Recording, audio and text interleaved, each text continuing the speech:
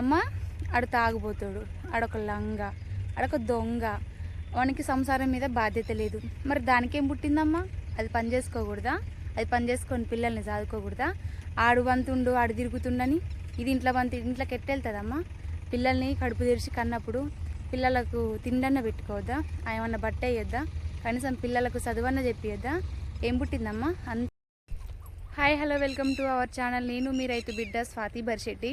Time వచ్చేసి 6 దాటింది, 6:30 అవుతుంది. పని కాంచి వచ్చి రాగానే పొలం కాడికి అయితే వచ్చిన. అసలైతే నాకు జీవితం మీద చిరాకులేస్తుంది.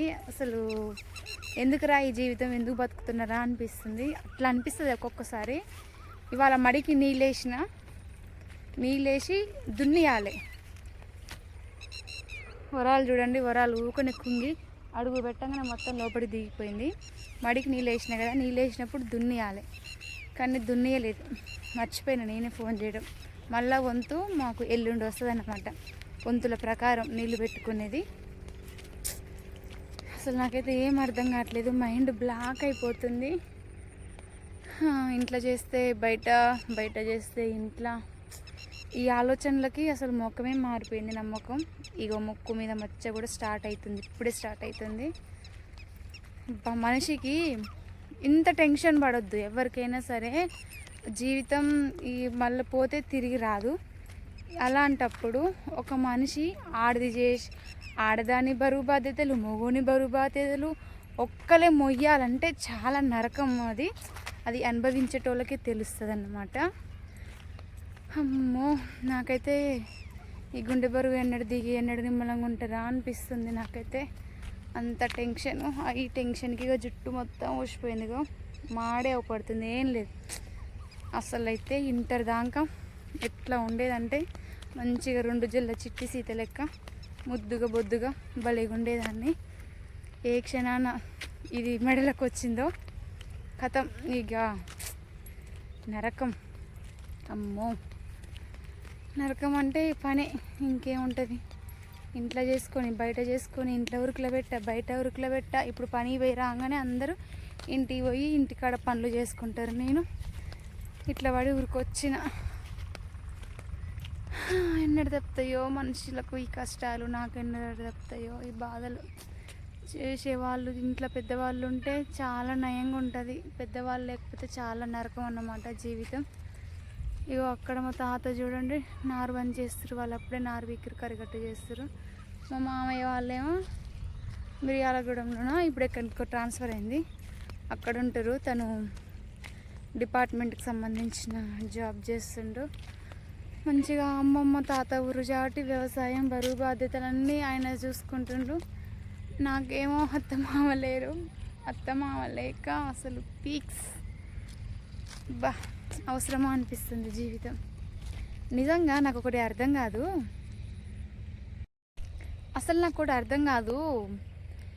ఇంట్లో మొగోడు కరెక్ట్గా ఉంటేనే కదా ఆడ మనిషి చూసి చేసుకునేది. ఫర్ సపోజ్ నేను కొన్ని ఎగ్జాంపుల్స్ చెప్తా, అవి అందరికీ వర్తిస్తాయి, ప్రతి ఒక్క ఆడవాళ్ళకి. అంటే భర్త కరెక్ట్గా కరెక్ట్గా ఉన్నా లేకపోయినా ప్రతి ఒక్క ఆడదాని మనసుకైతే ఇవి తగిలి వస్తాయి అన్నమాట. ఆడదేం పాపం చేసింది, ఆడదానికి పుట్టడమే తప్ప. కొంతమంది ఆడవాళ్ళు వాళ్ళ తలరాత బాగుండి అర్థం చేసుకున్న భర్త వచ్చిండనుకో, వాళ్ళు చాలా అదృష్టవంతులు. ఎందుకంటే వీళ్ళు చేసినా చేయకపోయినా అన్నీ వాళ్ళే చేసుకొని వస్తారు. వీళ్ళకు జీవితం మీద ఎటువంటి విరక్తి ఉండదు. ఇలాంటి లైఫ్ ఇంకా మరో జన్మలో కూడా రావాలి, ఇలాంటి భర్త, పిల్లలు, వాళ్ళకి ఇల్లు ప్రపంచం భర్త, ఇదే లోకం ఉంటుంది. వీళ్ళకు ఇక సంసారం మీద అంత దేవులాట ఉండదు. ఇంతసేపునే సంపాదన ఉండిపోతుంది. వీళ్ళది పక్కకు పెట్టేద్దాం. అసలు ముచ్చటకు వస్తే భర్త కరెక్ట్గా దొరకకపోతే భార్య పరిస్థితి ఏంటి మీరు ఒక్కసారి ఆలోచించండి. భర్త అనేవాడు కరెక్ట్గా లేకపోతే భార్య పరిస్థితి ఏంటి, ఎలా ఉంటుంది? ఆ సంసారం ఎంత ఘోరంగా ఉంటుందంటే అసలు చెప్పలేం మాటలల్లా, అంత నరకం అన్నమాట. అంత నరకం కూడా ఆడది బతుకుతుంది. కొంతమంది ఆడవాళ్ళు తట్టుకోలేక పాపం చనిపోతారు, ఆ బాధ తట్టుకోలేక. ఇంట్లో అత్త మామ ఆడబిడ్డల పోరు, భర్త పోరు, వీళ్ళ పోరు తట్టుకోలేక కొంతమంది చనిపోతారు. ఇంకొంతమంది నేను చనిపోతే నా పిల్లలు ఏమవుతారు, నేనున్నప్పుడే నా పిల్లల్ని ఎవరి దగ్గర తీయట్లేరు, నేను లేకపోతే నా పిల్లల్ని ఎవరు దగ్గర తీస్తారని వాళ్ళు కూడా పిల్లల్ని చేసి వాళ్ళు చనిపోతారు. తమతో పాటు తమ పిల్లల్ని తీసుకుపోతారు. ఇంకొంతమంది మొండి, వీళ్ళు జగమొండి అన్నమాట. అంటే కష్టమైన నిష్ఠూరమైన పడి చేసుకోవాలి అంతే, తన ఎలాగైనా ఉండని, సమాజంలో మంచిగా బతకాలి, ఉన్నంతలనైనా పిల్లల్ని సాదుకోవాలి అని వీళ్ళు చాలా పాకులాడతారు, చాలా పోరాడతారు. భర్త కరెక్ట్గా లేకపోయినా తను కష్టం చేసుకొని నలుగురిలో గౌరవంగా బతుకుతుంది చూడండి, తన మీద అయితే మస్తుగా ఏడుస్తారన్నమాట. వామ్మో ఏంది ఆయన పట్టించుకోకపోతే ఏంది, ఆమె బాగానే చేసుకొని బతుకుతుంది, దీనివల్లనే వాడు ఇట్లా అయిపోయిండు, ఇది కరెక్ట్గా ఉంటే ఆయన ఎందుకు కట్ట చేసు, మొత్తం ఈమె వల్లనే, ఈమె ఏం చేసిందో అందుకనే వాడు అట్లా తాగుడు దిగబడ్డాడు. అవునండి, నిజంగా ఇది సమాజంలో జరుగుతుంది. నా చెవులారా నేను ఇన్న జాబట్టి అంటున్నా. ఇప్పుడు అందరూ తల్లులే, ప్రతి తల్లికి ఒక కూతురు ఖచ్చితంగా ఉంటుంది. ఒక పక్కన ఇంకో ఆడ మనిషిని అనే ముందు మనకు కూడా అలాంటి పిల్లలు ఉన్నారు. రేపు మన పిల్లల పరిస్థితి ఏంటి, ఒక్కొక్కసారి కళ్ళతో చూసింది కూడా నమ్మొద్దు, ఎందుకంటే ఆడ ఏం జరిగిందో ఏమో తెలియదు, మన కళ్ళు కూడా మనల్ని ఒక్కొక్కసారి మోసం చేస్తాయి.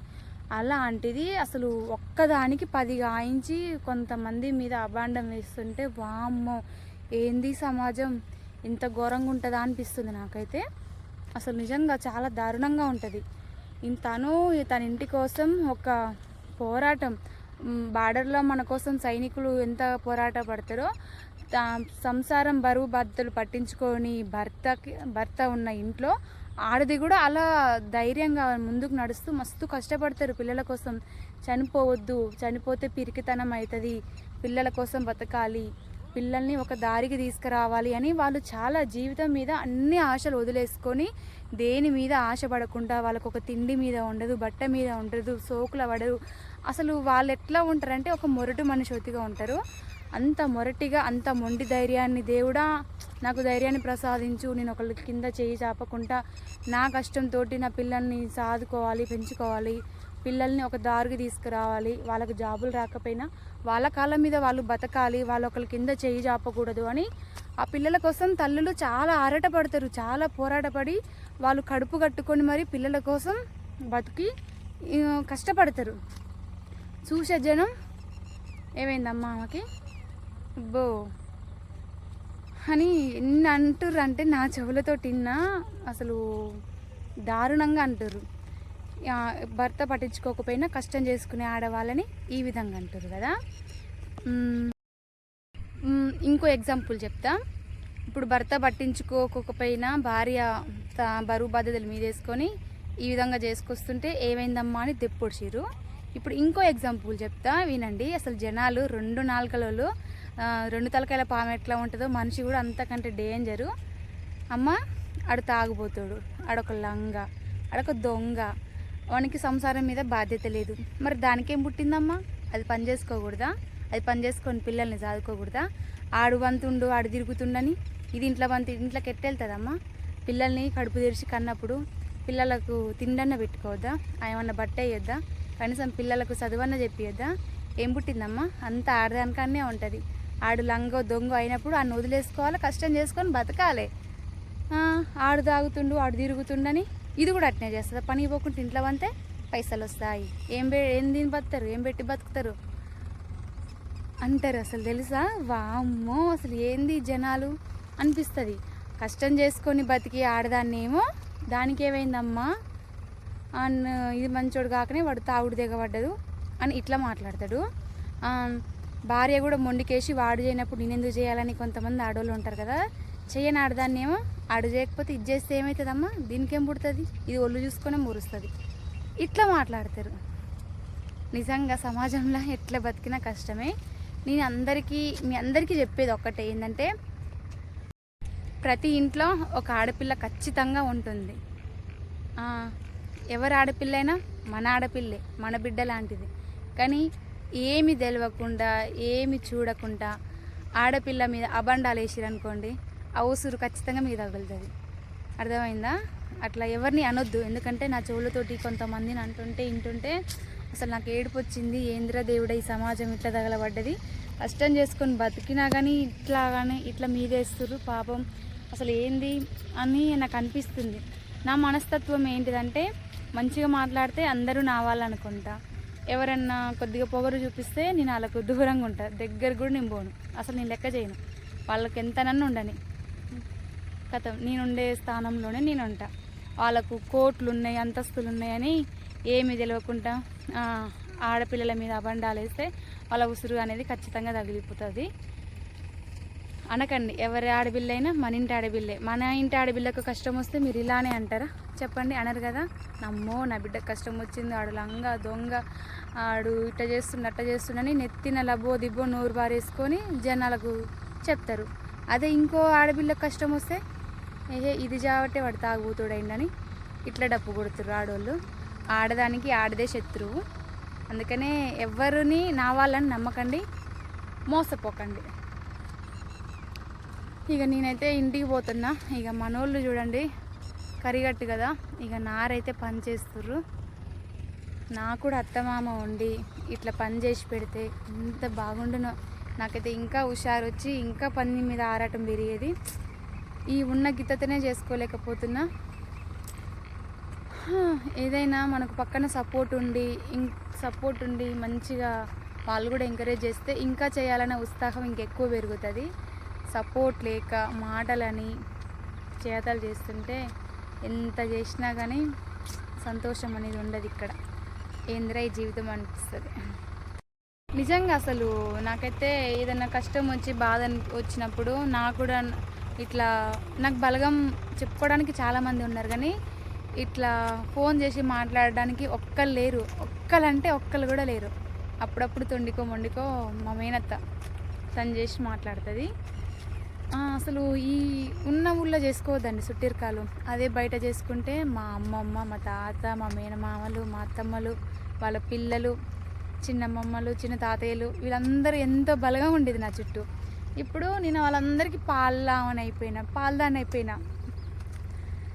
ఇక పాలలో అంటే ఎట్లుంటుందో మీకు తెలుసు కదా. నిజంగా ఉన్నూరులో చేసుకోకూడదు. ఉన్నూరులో అయినా కానీ ఇట్లా అమ్మమ్మ తాత దగ్గర వాళ్ళని అస్సలు చేసుకోవద్దండి. చేసుకున్నాక ఉన్న సుటరికాలు అన్నీ పోతాయి, శత్రువులు అయిపోతారు, తెలియకుండానే శత్రువులు అయిపోతారు, విరోధం పెరుగుతుంది. ఇప్పుడు నా విషయంలో కూడా అంతే. అంటే అంత పెద్ద శత్రువులు ఏం కాదు, కానీ ఇక పాలోళ్ళు అంటే ఎట్లుంటుంది చెప్పండి, నేను చెప్పనవసరం లేదు, మీ అందరికీ తెలుసు కదా. ఇక అదే అన్నమాట, అంత ప్రేమ అనురాగాలు ఏమి ఉండవు.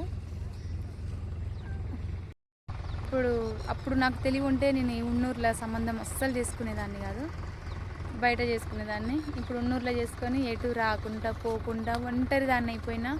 చేస్తే మా అమ్మకి, మా తమ్మునికి, అప్పుడప్పుడు మా మేనత్తకి, అంతే అన్నమాట. ఇక ఎవరు లేరు, ఉన్నారు కానీ సొమ్ము.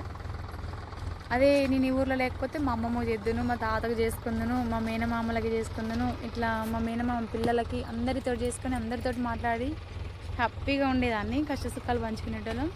ఇప్పుడు ఉన్నూరులో చేసుకొని వీళ్ళకు ఏమంటారు పాలం అంటే పక్కల అంటారు కదా, అదన్నమాట. ఇక సరే దోస్తులు, ఇక నేనైతే ఇంటికి పోతున్నా. నా జీవిత చరిత్ర చెప్పితే ఇంకా పెద్ద స్టోరీ ఉంటుంది, అది అసలు ఒడవదు.